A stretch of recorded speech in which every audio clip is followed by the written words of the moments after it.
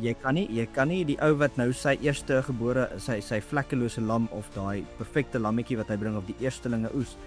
Nee, jy kan nie gaan en die lammetjie gooi met vrot vleis nie. Jy kan nie gaan en sy eerste oes brand nie. Nee, jy mag nie dit doen nie. Ook so ten opsigte van ons broers en susters se arbeid.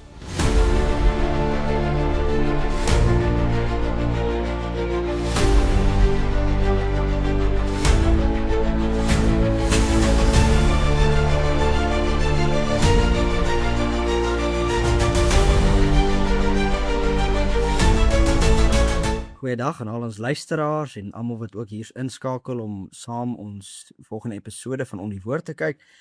Ons is baie dankbaar om hier saam met Skalk te wees en saam met Frikkie. Baie welkom julle. Okay. So, ons onderwerp van vandag is eintlik maar 'n bespreking. Ek is nou nie seker onder watse tema dit val nie, maar dit is 'n belangrike tema, veral vir almal wat in Suid-Afrika woon. Dit gaan oor die hele vraagstuk oor minimumloon. Nou uiteraard 'n vraag oor minimumloon is dan nou ook 'n gesprek oor 'n regverdige loon. Nee, die gesprek oor regverdige loon is dan nou ook uiteraard 'n gesprek oor hoe dink ons oor arbeid? Hoe dink ons oor lone? En dit is die rigting waarin hierdie gesprek gaan neem.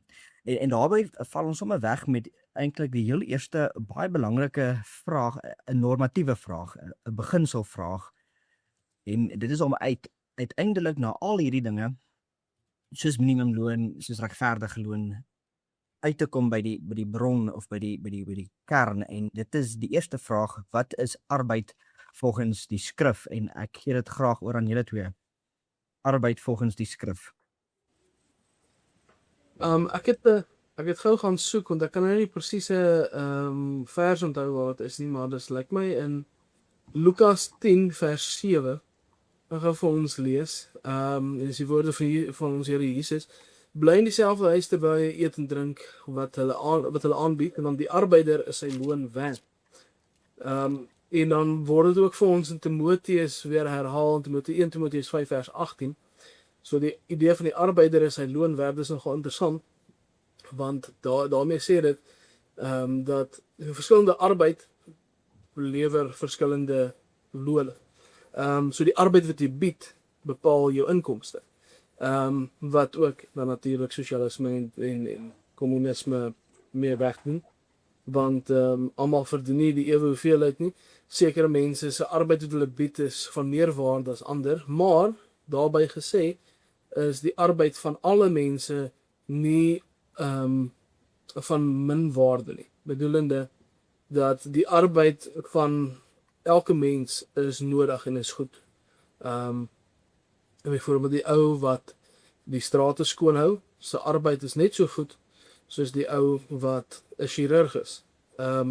Terwyl die chirurg se arbeid is meer kundig, meer vaardig, ja, daarom verdien hy meer. Maar die persoon wat die chirurgie operasiekamer skoon hou is net so belangrik soos wat die chirurg is op die einde van die dag. En so sien ons dan dat die skrif hierso ook vir ons dit baie mooi 'n beginsel neerlê vir ons. Ja, ek dink as ek bietjie kan bypraat, so dit kom ook daarvan af dat voor die sondeval reeds het die Here vir Adam en Eva gesê om die aarde te bewoon en te bewerk. Nou ek dink die arbeid kom in by daai bewerk deel. So jy moet die aarde, dit wat die Here vir jou gegee het, moet jy bewerk. Dit is deel van hoe die Here ons geskep het. En dis dan nou die arbeid. Maar ek dink dan wat interessant is, wat ingekom het na die sondeval, is die vloek wat die Here gegee het oor Adam, wat sê, voor die sweet van jou aangesig sal jy jou brood verdien. So nou is arbeid nie meer net deel van hoe die Here ons geskep het nie, maar dit is moeitevol, en jy moet dit doen om te oorleef. Ek dink dit is 'n groot deel daarvan. En dan hoe dit dan inhaak by die gesprek tot minimumloon, so ek sê dis die staat wat probeer verseker dat hierdie sweet wat die mense sweet, dat dit eintlik vir hulle brood na vore bring, ten minste 'n minimum tipe. Maar Ja, dit is ja, ek dink ek wil nie te ver vooruit gaan nie, Alistair, so ja, nee, spreek. en dit is goed. Ek dink net om mooi te sê, nee, ek dink ter bevestiging van jy wat Genesis 2 aangehaal het. Ek dink dis vers 15, nee, is dat dat arbeid is 'n gawe, nee, dit is 'n voorsondevalse gawe. Dit nee, die Here gee die verstand, hy gee die hande, hy gee die tyd, liggaamskrag, die vaardigheid, selfs die geleentheid. Hy gee die geleenthede. So daarom behoort ons werk nie net vir onsself te doen nie, nee, maar werk is voor die aangesig van God. Kolossense 3 vers 23 dink ek sê dit baie mooi. Dit wat julle ook al doen, doen dit van harte soos vir die Here en nie vir mense nie. Nee, so selfs arbeid. Soos al die gawes van die Here is arbeid ook een van hulle wat ons so met bestee, maar soos jy ook tereg sê, dit het eintlik tot 'n verwoestende gevolge wat ook oor arbeid gekom het, oor die ganse skepping, maar ook oor arbeid.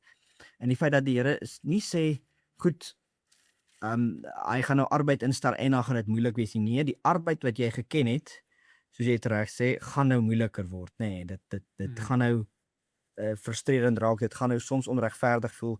Nee, die Genesis 3 wys vir ons dat die aarde gaan dorings en distels voorbring. Dit beteken dat dit regtig nie meer aangenaam gaan wees nie. So werk bly goed, om te werk bly goed, maar nou staan dit onder die las van die sondeval. So nou vandag, ek dink om dit nou bietjie uit te bring na vandag toe, en dit is nou waar jy bietjie nou oor begin praat, die gedagte oor minimumloon.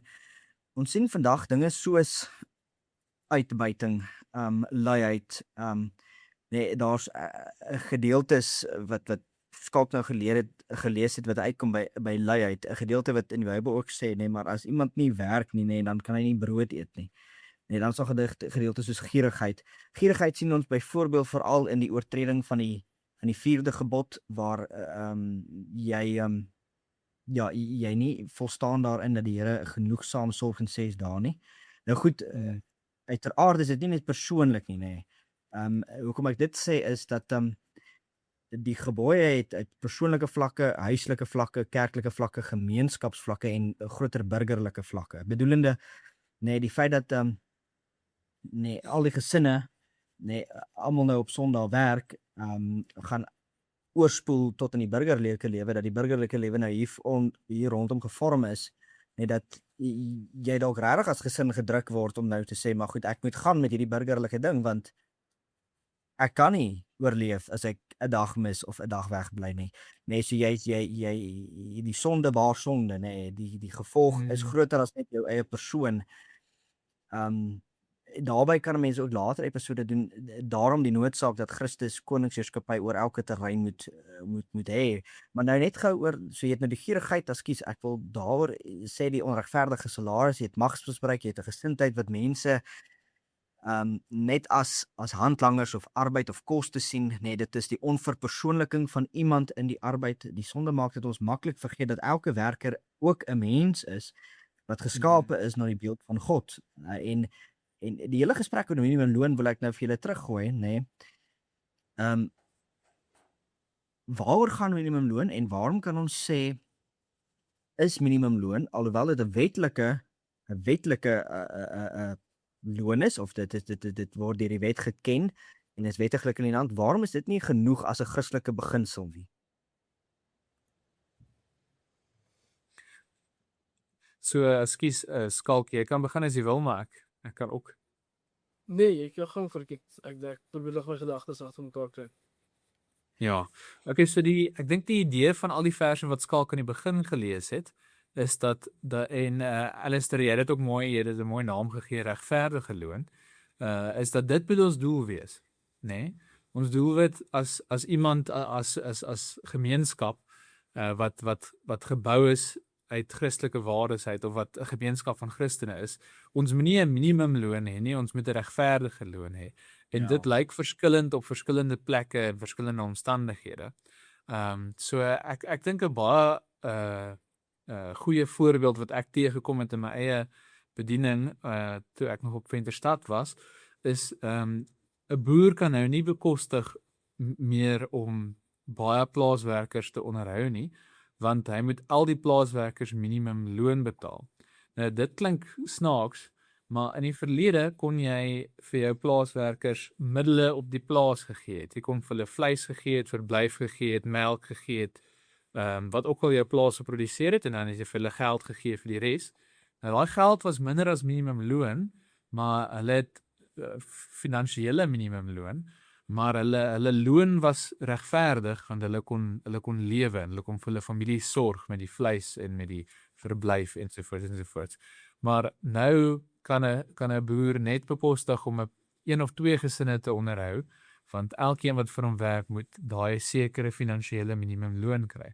So dis nou net een voorbeeld van waar die wetlike minimumloon 'n negatiewe gevolg gehad het, want daar's nou meer werkloosheid in daai gebied. Maar in 'n stedelike gebied waar fabriekwerkers niks gegee is nie, geen middele gegee is en net geld betaal word, om seker te maak dat hulle ten minste genoeg geld kry om te oorleef, dink ek kan minimumloon as 'n wet seker regverdig wees. Maar eintlik die ideaal wat ons moet streef is eerder dat in beide gevalle die fabriekseienaar of die boer of wie ook al of jy wat iemand 'n werk vir aanbied, dat jy seker maak dat jou loon wat jy gee regverdig is, of dit nou finansiëel is, of dit nou met middele is, of dit nou wat ook al is, van daai arbeider is sy loon werd. Ja, so ek dink dis min of meer dis waartoe ons moet streef as gelowiges, is dat wanneer jy, as jy 'n besigheidseienaar is of wat ook al, wanneer jy werknemers het, dat jy nie net kyk en sê, okay, wat is die minimumloon? Tja, ek betaal hulle dit en dis genoeg nie. Dis dat jy hulle eintlik hanteer as 'n mens en kyk na hulle uitgawes, kyk na die werk wat hulle doen en probeer om vir hulle 'n regverdige loon te gee. Ja. Ja, dis uiteindelik waar dit gaan, is die menswaardigheid van die persoon, want jy ag daardie persoon ook as 'n beelddraer van die beeld van God. En nie maar net 'n ding wat jy nou eintlik nou maar toesmeer geld moet voorgee sodat hulle kan doen wat hulle moet en dan weggaan. Dis verkeerde ingestelde op mens neem en dan kyk jy eintlik neer op jou medemens. Nou kyk, dit is nogal 'n ding, nê. Die hele vraag oor minimumloon of 'n regverdige loon, nê. Kyk, minimumloon vra wat is die minste wat ek iemand kan betaal? Ja. Nee, terwyl so dis verkeerde vertrekpunt, nee, wat is die minste en die wet gee ons nou ruimte om daardie verkeerde vraag te kan vra, nee. Nee, nou goed, dit is so die wet beskerm ons ook om dit nie nog minder te maak nie, nie om die vertrekpunt nog laer te maak nie. Nee, want dit van mense afhang het, dan het jy sommige mense se arbeid so uitgewy dat jy hulle niks betaal nie. So jy het dit in die een geval, maar ek dink die vertrekpunt is of steeds wat is die minste wat ek iemand kan betaal? In plaas daarvan wat is reg? Wat betaal ek iemand regtens? En die vraag is dan ook losmaaklik gebind aan die gedagte van iemand se lewe, nê. 'n minimumloon gaan oor oorlewing, terwyl 'n regverdige loon gaan oor lewe. Nee, wat is die minimumloon is gesetel op die beginsel of wie kan jy sê beginsel nie, op die verdraaiing. En wat is die minste waarmee iemand kan wegkom? En ek dink die minimumloon gaan daarvan af uit, nê, solank hy elke dag brood kan koop en by die werk kan kom, is dit genoeg, nê. Dit is die loon wat hy kan kry. Terwyl wat reg is nou weer 'n ander vraag, nê. Wat het hy nodig om te lewe? Ek wil dit daar net by julle terugvoer daaroor hoor en dan wil ek die gesprek oor die arbeid so 'n bietjie in 'n ander rigting invat, wat dit so 'n bietjie verder vir ons bevestig vanuit die skrif. Ja, ek dink minimumloon vra wat het die persoon nodig vir genoegsame versorging? Wat nie verkeerd is nie, maar ek dink ons as Christen moet eerder uit 'n etiese perspektief dit benader uit die hoek en in die oogpunt van wat het die persoon nodig om eerbaar te kan lewe, om eerbaar versorg te word. In ons kerkorde sê dit ook so dat die dienaar van die woord wat ons al drie is, dat ons eerbare versorging moet ontvang. Dit beteken nie dat ek elke tweede jaar 'n nuwe bakkie koop. Dit beteken nie dat ek 'n luukse restaurante gaan besoek 5 keer 'n week nie.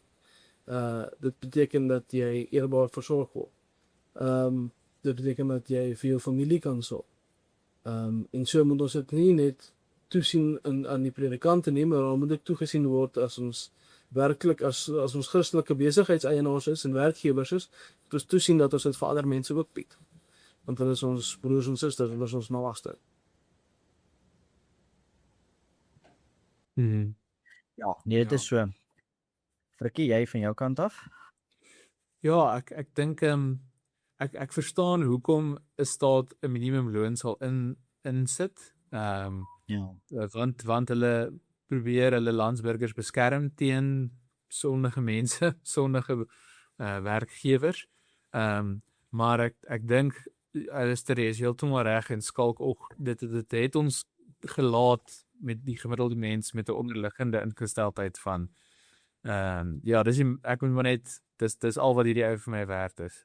So ek wil nou nie verder herhaal nie, maar ek wil net noem ek dink nie minimumloon as idee self het 'n slegte oorsprong of 'n slegte beginsel of 'n slegte doelwit nie, maar ek dink soos die aard van die mens maar het ons selfs hierdie ding wat goed bedoel is, verdra ons gereeld tot op sy heel slegste.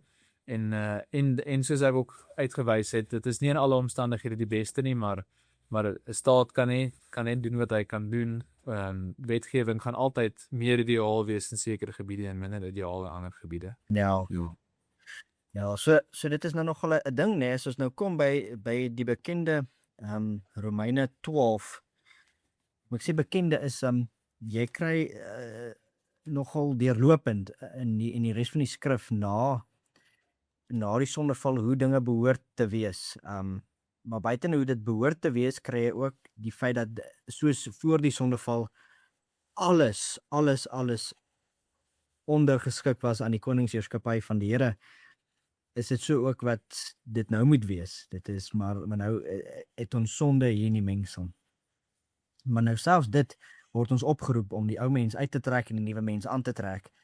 Romeine 12 is belangrik in hierdie sin, nadat Paulus baie mooi dan nou uitlê in die eerste 3 hoofstukke, min of meer, oor die mense toestand in sonde en hy dan uitbrei in ons regte verhouding nou met God deur Christus. Dan gaan hy nou oor om te sê, nee, maar onlosmaaklik gebind aan die verlossing van Christus is die werk van die Heilige Gees in die gelowige.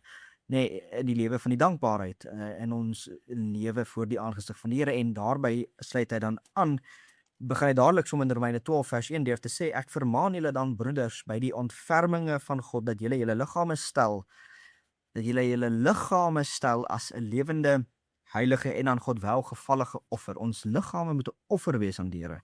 Nou ons hoor baie keer in terme van 'n offer dat dit iets geldelik is, maar dit is om die gedeelte te verarm, dink ek. Dit is nie net geldelik nie, dit is jou gawes, jou tyd, dit is en jou vermoë, dit is jou ervaring, dit is jou vertroosting, dit is jou bemoediging, en dit is jou onderrig wat jy ook kan bied. Dit is daar's hordes goed, uiteindelik al die goeie werke wat 'n mens in die gemeente doen, want ons is van een gees deurdronge, sê Paulus. So wat ook hieronder kom as jou offer wat jy moet bring, as 'n welgevallige heilige, 'n lewende heilige en aan God welgevallige offer, is ook jou arbeid. En jou arbeid is ook 'n offer wat jy bring aan die Here. En as mens die beeld vat van die offer, mens vat dit terug Ou Testament toe, nee, dan kan jy werklik, as jy 'n gebreklike offer gebring het na die Here toe, het hy in sy allerheiligheid het hy jou verteer. Nee, hy is 'n heilige Here. Hy verwag en vra van jou die beste. Nie tweede klas, die derde, die vierde, nie X. Hy vra van jou die beste. En dat jy die beste gee, die eerstelinge van jou oes, is die beeld van die Ou Testament. Nou, dit beteken nie net geldelik en jou gawes en jou tyd, maar jou arbeid, dat jou arbeid ook so is. Maar nou is die vraag, hoe moet ons nou omgaan met ons broeders en susters, as ons in ag neem dat, soos dat ek 'n offer moet bring aan die Here, en dat die Here my ook versorg om daardie offer aanhoudend te kan bring. Dit is ons belydenis as ons elke Sondag sê, ons gaan nou 'n kollekte gee, want die Here versorg ons. Hoe verander dit ons perspektief of ons houding teenoor broeders en susters in hulle arbeid, as ons dit in gedagte hou? Ekskuus Skalk, jy kan ook weer begin as jy wil, maar ek staan ook reg. Nee, gaan vir Okay. So ek dink jy sien die beginsel mooi wanneer Paulus op verskeie plekke slaaf-meester verhoudings beskryf. Deur vir die meesters te sê dat julle moet onthou, julle is slawe van Christus net soos wat hulle slawe is van Christus. Ja. So dis nou nie slaaf-meester verhoudings wat ons nou hier beskryf nie, dis 'n werkgewer werk-eienaar, maar die beginsel bly nie 'n werk-eienaar nie, werknemer, werkgewer werknemer, maar die beginsel by dieselfde. Ons werk almal eintlik vir dieselfde meester, vir dieselfde baas, kan mens sê, vir dieselfde Here. So wanneer iemand vir jou werk, of wanneer jy vir iemand werk, moet jou ingesteldheid nie wees, hierdie persoon wat vir my werk vir my, ek is die baas, ek domineer hom nie. En selfde, wanneer jy vir iemand werk, moet jou ingesteldheid ook nie wees, hierdie is nou my baas, ek moet hom bo alles tevrede stel, waar bo alles tevrede stel nie. Op die ou einde van die dag, werk die werkgewer en die werknemer vir die Here. Hy is die koning, soos dit Alistair ook mooi gesê het. En daarom, jy doen nie 'n werk in die eerste plek om jou baas tevrede te stel nie, jy doen nie 'n werk in die eerste plek vir die Here. So hoe dit prakties kan lyk is, jou baas is dalk baie lenient, sê nou maar. Of gee nie regtig om oor 'n deel van jou werk nie. Of verwag amper van jou 'n tipe oneerlikheid in 'n deel van jou werk. Enigiets in daai sfeer. Maar jy werk nie vir jou baas nie. So die sfeer waar hy oneerlikheid van jou verwag, is jy eerlik. Die sfeer waar hy slegte werk van jou verwag, vir watter rede ook dit mag wees, lewer jy nie slegte werk op nie. En selfs die sfeer waar hy nie oor omgee nie, waar jy maar kan slegte werk bied, doen jy dit ook nie, want dit gaan nie oor jou baas nie. En dis nou ook dieselfde wanneer jy 'n werkgewer is. Jou werknemer moet jy nie motiveer deur hom bang te maak vir jou of iets soos dit nie, of wat jy van hom verwag, moenie teen die wil van die Here wees nie. Jy moet daai ingesteldheid probeer kweek onder jou werknemers, dat onthou, hulle werk in die eerste plek vir die Here. Ja. Ja. Al wat ek kan byvoeg by Frikkie is amen. Nee, dit is nogal so, dit is belangrik. Nee, dat 'n mens, ek dink baie mooi soos jy gesê het, nee, dat Paulus hulle daai punt nou nogal mooi duidelik maak, en ongeag ons verhoudings van mekaar, staan ons almal in verhouding saam onder een hoof, Here Jesus Christus. En net soos wat ek verskeie verpligtinge, verantwoordelikhede en 'n optrede moet hê teenoor my broeder en suster, nee, geld dit ook so vir mense arbeid, nee, dat jy nie iemand in hulle arbeid kan minag of kan uitbuit of kan, nee, om dit anders te stel, jy kan hulle nie in hulle 'n struikelblok jy kan nie 'n struikelblok wees die offer wat hulle aan die Here moet bring nie. Nee. Jy kan nie die ou wat nou sy eerste gebore, sy vlekkelose lam of daai perfekte lammetjie wat hy bring, of die eerstelinge oes. Nee, jy kan nie gaan en die lammetjie gooi met vrot vleis nie. Jy kan nie gaan en sy eerste oes brand nie. Nee, jy mag nie dit doen nie. Ook so ten opsigte van ons broeders en susters se arbeid. Dit geld nie net vir hulle arbeid nie uiteindelik, nee, dit geld vir hoe ons broeders en susters se tyd gebruik. Nee, hoe ons omgaan met die gawes wat hulle beskikbaar stel vir 'n gemeente. Dit is regtig so dat party gemeentelede meer gawes beskikbaar stel as ander, want dit is die vermoë wat die Here vir hulle gegee het. So om al hierdie goed ook so in gehoorsaamheid te gebruik, want uiteindelik